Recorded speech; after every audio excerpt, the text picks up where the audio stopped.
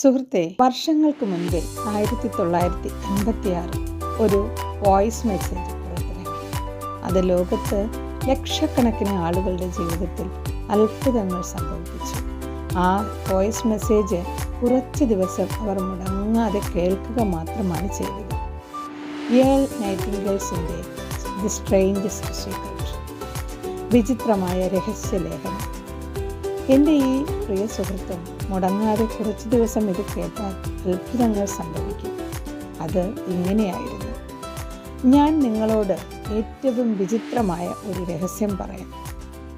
അന്തരിച്ച നോബൽ സമ്മാന ജേതാവ് ഡോക്ടർ ആൽബർട്ടിനോട് ഒരു റിപ്പോർട്ടർ ഇങ്ങനെ ചോദിച്ചു: ഡോക്ടർ, ഇന്നത്തെ ആളുകളെ അലട്ടിക്കൊണ്ടിരിക്കുന്ന ഏറ്റവും വലിയ പ്രശ്നം എന്താണ്? ഡോക്ടർ ഒരു നിമിഷം നിശബ്ദനായി. എന്നിട്ട് പറഞ്ഞു: ആളുകൾ ആരും ചിന്തിക്കുന്നില്ല. നാം ഇന്ന് ജീവിക്കുന്നത് ഏറെ അവസരങ്ങളുള്ള ഒരു കാലഘട്ടത്തിലാണ്.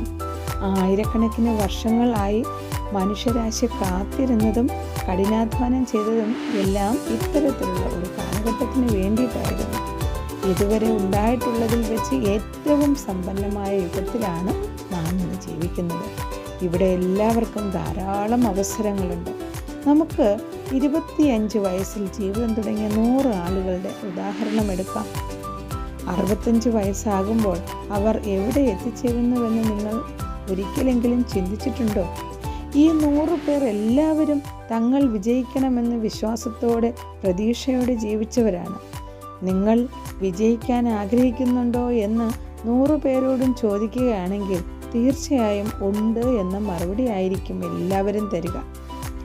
ജീവിതത്തോടുള്ള ജീവിതം ഒരു സാഹസികത അല്ലായിരിക്കും പിന്നീട് അവർ മനസ്സിലാക്കുന്നു. 65 വയസ്സാകുമ്പോൾ അവർക്ക് എന്താണ് സംഭവിക്കുക? 100 പേരിൽ ഒരാൾ സമ്പന്നനും 4 പേർ സാമ്പത്തിക സ്വാതന്ത്ര്യമുള്ളവരും മറ്റുള്ളവർ ഇപ്പോഴും ജോലിയെടുത്ത് ജീവിക്കുന്നവരുമായിരിക്കും. ബാക്കിയുള്ളവരുടെ ജീവിതം തകർച്ചയിലുമായിരിക്കും. എന്തുകൊണ്ടാണ് ഇങ്ങനെ സംഭവിക്കുന്നത്? എന്തുകൊണ്ടാണ് 5 പേർ മാത്രം രക്ഷപ്പെട്ടത്? 25 വയസ്സിൽ അവർക്കുണ്ടായിരുന്ന കണ്ണുകളിലെ തിളക്കം എവിടെ പോയി? അവരുടെ ഭാവി പദ്ധതികൾക്ക് എന്ത് സംഭവിച്ചു? അവർ ചെയ്യാൻ ഉദ്ദേശിച്ചത്, അവരുടെ സ്വപ്നങ്ങൾ, പ്രതീക്ഷകൾ എല്ലാം എന്താണ് സംഭവിച്ചത്? എന്തുകൊണ്ടാണ് ഉദ്ദേശിച്ച കാര്യങ്ങൾ നേടാൻ അവർക്ക് കഴിയാതെ പോയത്? 100 പേരിൽ 5 പേരാണ് രക്ഷപ്പെട്ടത് അല്ലെങ്കിൽ വിജയിച്ചത്. വിജയം നേടി എന്ന് പറയുമ്പോൾ എന്താണ് വിജയമെന്ന് നിർവചിക്കേണ്ടതുണ്ട്. എനിക്കിതുവരെ കണ്ടെത്താൻ കഴിഞ്ഞതിൽ ഏറ്റവും മികച്ച നിർവചനം എന്ന് പറയുന്നത് success is the progressive realisation of worthy ideal. അതായത് വിജയം എന്നത് യോഗ്യമായ ലക്ഷ്യത്തിൻ്റെ പുരോഗമനപരമായ സാക്ഷാത്കാരം. എന്നാൽ ജീവിതം ഒരു സാഹസികത അല്ല എന്ന് പിന്നീട് അവർക്ക് ബോധ്യമാകുന്നു. 65 വയസ്സാകുമ്പോൾ എന്താണ് അവർക്ക് സംഭവിച്ചത്? 100 പേരിൽ ഒരാൾ സമ്പന്നനും 4 പേർ സാമ്പത്തിക സ്വാതന്ത്ര്യമുള്ളവരും മറ്റുള്ളവർ ഇപ്പോഴും ജോലിയെടുത്ത് ജീവിക്കുന്നവരുമായിരിക്കും. ബാക്കിയുള്ളവരുടെ ജീവിതം തകർച്ചയിലുമായിരിക്കും. എന്തുകൊണ്ടാണ് ഇങ്ങനെ സംഭവിക്കുന്നത്? 5 പേർ മാത്രം എന്തുകൊണ്ടാണ് രക്ഷപ്പെട്ടത്? 25 വയസ്സിൽ അവരുടെ കണ്ണുകളിലുണ്ടായിരുന്ന തിളക്കം എവിടെയാണ് നഷ്ടപ്പെട്ടത്? അവരുടെ ഭാവി പദ്ധതികൾക്ക് എന്താണ് സംഭവിച്ചത്?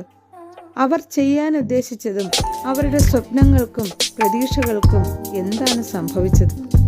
ഉദ്ദേശിച്ചത് എന്തുകൊണ്ടാണ് നേടാൻ കഴിയാത്തത്? 100 പേരിൽ 5 പേരാണ് രക്ഷപ്പെട്ടത് അല്ലെങ്കിൽ വിജയിച്ചത്. ഇവിടെ വിജയം എന്നത് നേടി എന്ന് പറയുമ്പോൾ എന്താണ് വിജയം എന്ന് നിർവചിക്കേണ്ടതില്ലേ? ഉണ്ട്. എന്താണ് വിജയം?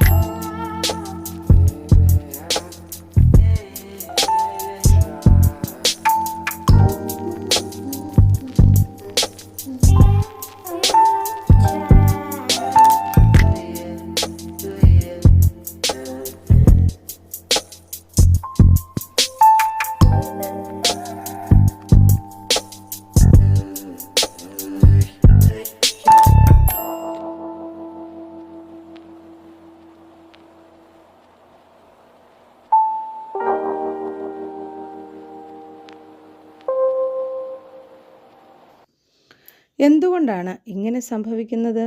നാം മറ്റുള്ളവരെ പോലെ ജീവിക്കാൻ ശ്രമിക്കുന്നു എന്നാണ് ഉത്തരം. അതായത് നാം ജീവിത വിജയം കൈവരിക്കാത്ത ആളുകളെ മാതൃകയാക്കുന്നു എന്നത് തന്നെ.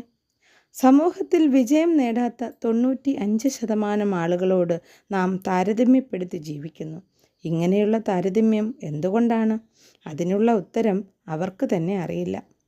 ആളുകളുടെ വിചാരം അവരുടെ ജീവിതം നിയന്ത്രിക്കുന്നത് സാഹചര്യങ്ങളാണ്, പുറത്തു നിന്നുള്ള ശക്തികളാണ് എന്നൊക്കെയാണ്. ഒരിക്കൽ ജോലിയുള്ള ആളുകളോട് നിങ്ങൾ എന്തുകൊണ്ടാണ് ജോലിക്ക് പോകുന്നത് എന്ന് ചോദിച്ചു. എല്ലാവരും ജോലിക്ക് പോകുന്നു, ഞാനും പോകുന്നു. അപ്പോൾ അതാണ് കാര്യം. എല്ലാവരും ചെയ്യുന്നത് ഞാനും ചെയ്യുന്നു. ഇനി വിജയത്തിൻ്റെ മാതൃക എന്താണ് എന്ന് നോക്കിയാൽ ഉചിതമായ മാർഗം തിരഞ്ഞെടുത്താൽ വിജയിക്കും. ഞാനിങ്ങനെ ആയിത്തീരുമെന്ന് പറയുന്ന വ്യക്തിയും വിജയത്തിന് വേണ്ടി പ്രയത്നിക്കുന്ന വ്യക്തിയും തമ്മിൽ നോക്കിയാൽ ആരാണ് വിജയി? വിജയത്തിന് വേണ്ടി പ്രയത്നിച്ച് കാര്യം നേടുന്ന വ്യക്തി തന്നെയാണ് വിജയി. ഇനി ആരാണ് വിജയി എന്ന് പറഞ്ഞാൽ ഒരു സ്കൂൾ അധ്യാപകൻ വിജയിയാണ്. കാരണം അയാൾ ആഗ്രഹിച്ച് നേടിയതാണ് ആ ജോലി. അതിഷ്ടത്തോടെ ചെയ്യുകയും ചെയ്യുന്നു. ഭാര്യയും അമ്മയുമായ ഒരുവൾ വിജയിയാണ്. കാരണം അവൾ അത് ഭംഗിയായി നിർവഹിക്കുന്നു. ഇനി സ്വന്തമായി ഒരു സംരംഭം തുടങ്ങിയ സംരംഭകനും വിജയിയാണ്. കാരണം അതയാളുടെ ഏറെക്കാലമായിരുന്ന സ്വപ്നമായിരുന്നു. ഇനി തൻ്റെ സ്ഥാപനത്തിലെ മികച്ച സെയിൽസ് പേഴ്സൺ ആകാൻ ആഗ്രഹിച്ച് ആ ഗോളിലേക്ക് നീങ്ങുന്ന സെയിൽസ്മാനും വിജയിയാണ്. ഇനി മുൻകൂട്ടി തീരുമാനിച്ച ജോലി ചെയ്യുന്നയാളും വിജയിയാണ്. കാരണം അതായിരുന്നു അവർ ചെയ്യാനായി തീരുമാനിച്ചത്. പക്ഷേ 20 പേരിൽ ഒരാൾ മാത്രമേ അത് ചെയ്യുന്നുള്ളൂ. എന്തുകൊണ്ടാണ് ഇങ്ങനെ സംഭവിക്കുന്നത്? യഥാർത്ഥത്തിൽ ഈ ലോകത്ത് മത്സരം എന്ന ഒരു കാര്യം തന്നെ ഇല്ല. മത്സരിക്കുന്നതിന് പകരം നമ്മൾ സൃഷ്ടിക്കുകയാണ് വേണ്ടത്. 20 വർഷമായി ഒരു താക്കോലിനായി ഞാൻ തിരയുകയായിരുന്നു. ഒരു മനുഷ്യൻ്റെ ജീവിതം എന്തായി തീരും എന്ന് നിർവചിക്കാനാവുന്ന വിജയത്തിൻ്റെ വാതിൽ തുറക്കാനുള്ള താക്കോൽ. അതെ, അങ്ങനെ ഒന്ന് ഞാൻ കണ്ടെത്തിക്കഴിഞ്ഞു. എന്തുകൊണ്ടാണ് ചില ആളുകൾ വളരെയധികം കഠിനാധ്വാനം ചെയ്തിട്ടും ഒന്നും നേടാൻ കഴിയാതെ പോകുന്നത്? എന്തുകൊണ്ടാണ് ചില ആളുകൾ ഒന്നും ചെയ്യാതെ ഇരുന്നു കൊണ്ട് തൊടുന്നതെല്ലാം പൊന്നാക്കി മാറ്റുന്ന അത്ഭുതം കാണിക്കുന്നത്? ഇങ്ങനെ വിജയിക്കുന്ന വ്യക്തി എപ്പോഴും വിജയിക്കുകയും പരാജയപ്പെടുന്ന വ്യക്തി എപ്പോഴും പരാജയപ്പെടുന്നതും എന്തുകൊണ്ടാണ്? ഇതിനുള്ള കാരണം ആളുകളുടെ ലക്ഷ്യങ്ങൾ അഥവാ ഗോളുകളാണ്. ചില ആളുകൾക്ക് ലക്ഷ്യങ്ങളുണ്ട്, ചില ആളുകൾക്ക് ലക്ഷ്യങ്ങളില്ല. ലക്ഷ്യമുള്ളവർ ജീവിതത്തിൽ വിജയിക്കുന്നു. കാരണം എവിടേക്കാണ് എന്ന് അവർക്ക് ബോധ്യമുണ്ട്. എങ്ങോട്ടാണ് പോകുന്നതെന്ന് അവർക്കറിയാം. അത് വളരെ ലളിതവുമാണ്. പൂർണ്ണമായ യാത്രാമാപ്പ് തയ്യാറാക്കി യാത്ര ചെയ്യുന്ന ഒരു കപ്പലിൻ്റെ കാര്യം നോക്കിയാൽ എവിടേക്കാണ് എന്നത് കപ്പിത്താനും കപ്പലിലെ ക്രൂ അംഗങ്ങൾക്കും വ്യക്തമായി അറിയാം. അതിന് വ്യക്തമായ ഒരു ലക്ഷ്യമുണ്ട്. 10,000-ൽ 9,999 തവണയും അത് ലക്ഷ്യത്തിൽ തന്നെ എത്തും. ഇനി നയിക്കാൻ കപ്പിത്താനോ ക്രൂ അംഗങ്ങളോ ഇല്ലാത്ത മറ്റൊരു കപ്പൽ എടുത്താലോ? എവിടേക്ക് എന്നതിന് ഒരു ലക്ഷ്യവുമില്ല. എൻജിൻ സ്റ്റാർട്ട് ചെയ്ത് വെറുതെ സഞ്ചരിക്കാൻ വിടുന്നു. കടലിലേക്ക് പോകുന്ന ആ കപ്പൽ ദിശയറിയാതെ സഞ്ചരിച്ചുകൊണ്ട് കടലിൽ മുങ്ങിപ്പോവുകയോ കാറ്റിൻ്റെ ദിശയിൽപ്പെട്ട് ചുഴറ്റിപ്പെടുകയോ ചെയ്യും. കാരണം അതിന് നയിക്കാൻ കപ്പിത്താനോ ദിശാമാപ്പോ ഇല്ല. ലക്ഷ്യമില്ലാത്തതിനാൽ അതിന് എവിടെയും എത്താൻ കഴിയില്ല. ഒരു സെയിൽസ്മാനെക്കുറിച്ച് പറഞ്ഞാൽ ഒരു സെയിൽസ്മാനെ പോലെ ലോകത്ത് വിജയിക്കാൻ കഴിയുന്ന, വിജയങ്ങൾ നേടാൻ കഴിയുന്ന മറ്റൊരു വ്യക്തിയില്ല. കാരണം ഒരു ലക്ഷ്യബോധമുള്ള സെയിൽസ്മാന് അവൻ്റെ സ്ഥാപനം വളരെയധികം അവസരങ്ങളും ഉന്നതമായ ശമ്പളവും പാരിതോഷികങ്ങളും ഒക്കെ നൽകും. എല്ലാ കമ്പനികളും കാര്യപ്രാപ്തിയുള്ള സെയിൽസ്മാൻമാരെ തിരയുന്നു. ആകാശം തന്നെയാണ് ഒരു സെയിൽസ്മാൻ്റെ പരിധി. ആരോ പറഞ്ഞതോർക്കുന്നു, ശക്തരെ വിജയിക്കുന്നതിൽ നിന്നും ദുർബലരെ പരാജയപ്പെടുന്നതിൽ നിന്നും തടയാൻ കഴിയില്ല.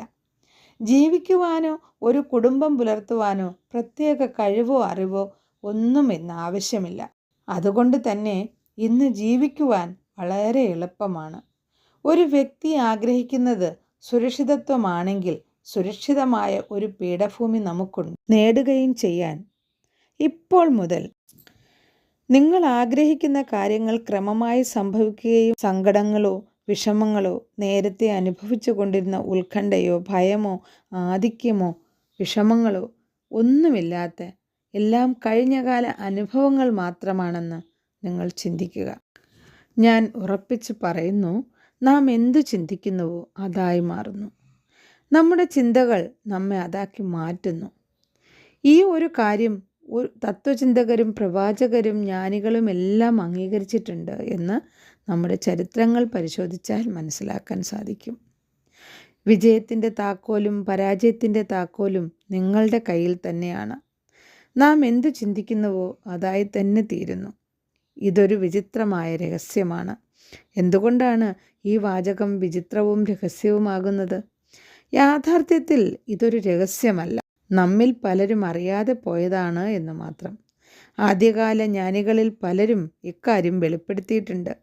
പല പുണ്യപുസ്തകങ്ങളിലും ഇവ എഴുതപ്പെട്ടിട്ടുണ്ട്.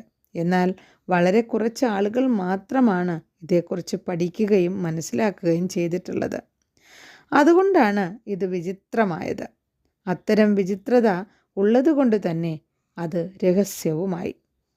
മഹാനായ റോമൻ ചക്രവർത്തി മാർക്കസ് ഔറേലിയസ് പറഞ്ഞത്, ഒരു മനുഷ്യൻ്റെ ജീവിതം സൃഷ്ടിക്കുന്നത് അവൻ്റെ ചിന്തകളാണ് എന്നാണ്. ഡിസ്രേലി പറഞ്ഞത്, കാത്തിരിക്കാൻ നിങ്ങൾ തയ്യാറാണെങ്കിൽ എല്ലാം നേടാനാകും എന്നാണ്.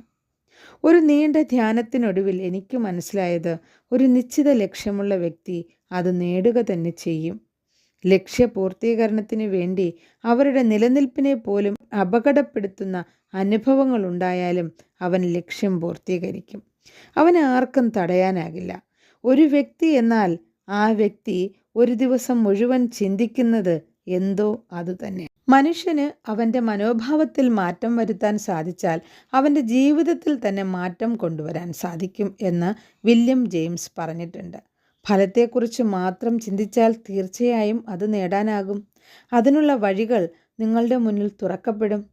ആ വഴികളിലൂടെ കൃത്യതയോടെ സഞ്ചരിക്കുക മാത്രമാണ് വേണ്ടത്. സമ്പന്നനാകാൻ ആഗ്രഹിച്ചാൽ സമ്പന്നനാകും.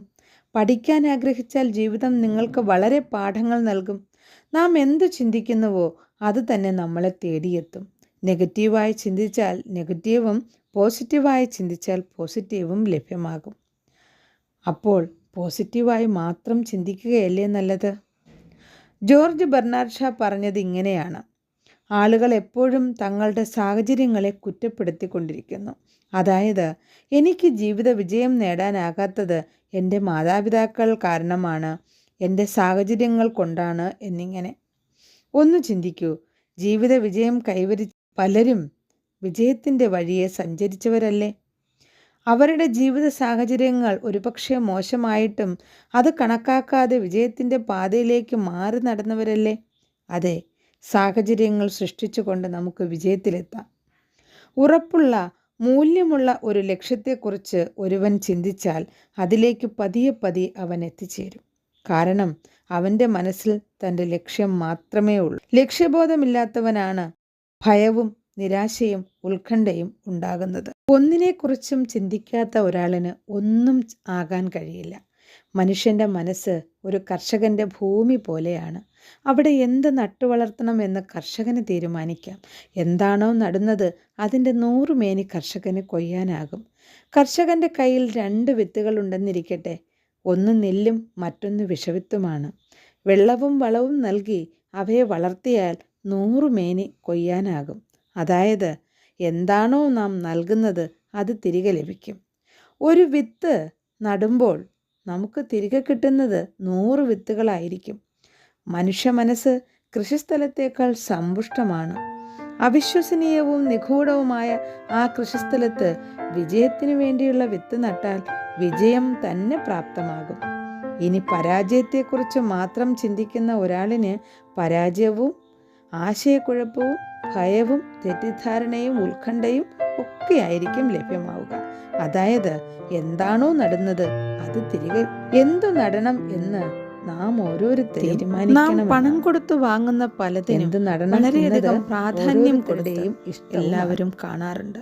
എന്നാൽ നമ്മുടെ മനസ്സ്, നമ്മുടെ പ്രതീക്ഷകൾ, നമ്മുടെ ബുദ്ധി, നമ്മുടെ ചിന്തകൾ, നമ്മുടെ ആഗ്രഹങ്ങൾ, കുടുംബത്തോടും കുട്ടികളോടും സുഹൃത്തുക്കളോടും രാജ്യത്തോടുമുള്ള എന്തെന്നില്ലാത്ത സ്നേഹം, ഇങ്ങനെ അമൂല്യമായ ഈ സ്വത്തുക്കളെല്ലാം സൗജന്യമായി നമുക്ക് കിട്ടിയതാണ്. നിങ്ങൾ കണ്ണുകളടച്ചൊന്ന് ചിന്തിച്ചു നോക്കൂ. നാം പണം കൊടുത്ത് സ്വന്തമാക്കുന്ന പലതും വളരെ വില കുറഞ്ഞതും എപ്പോൾ വേണമെങ്കിലും മാറ്റി സ്ഥാപിക്കാവുന്നതുമല്ലേ? നമ്മുടെ വീട് കത്തിനശിച്ചാലും സ്വർണവും പണവുമെല്ലാം നഷ്ടപ്പെട്ടാലും നമ്മുടെ മനസ്സ് ബലമുള്ളതാണെങ്കിൽ അവയെ നമുക്ക് വീണ്ടും നിർമ്മിക്കാൻ സാധിക്കില്ലേ? എന്നാൽ വെറുതെ കിട്ടുന്ന കാര്യങ്ങൾ പുനർനിർമ്മിക്കാൻ കഴിയാത്തതാണ് എന്ന് നിങ്ങൾക്ക് അറിയാവോ?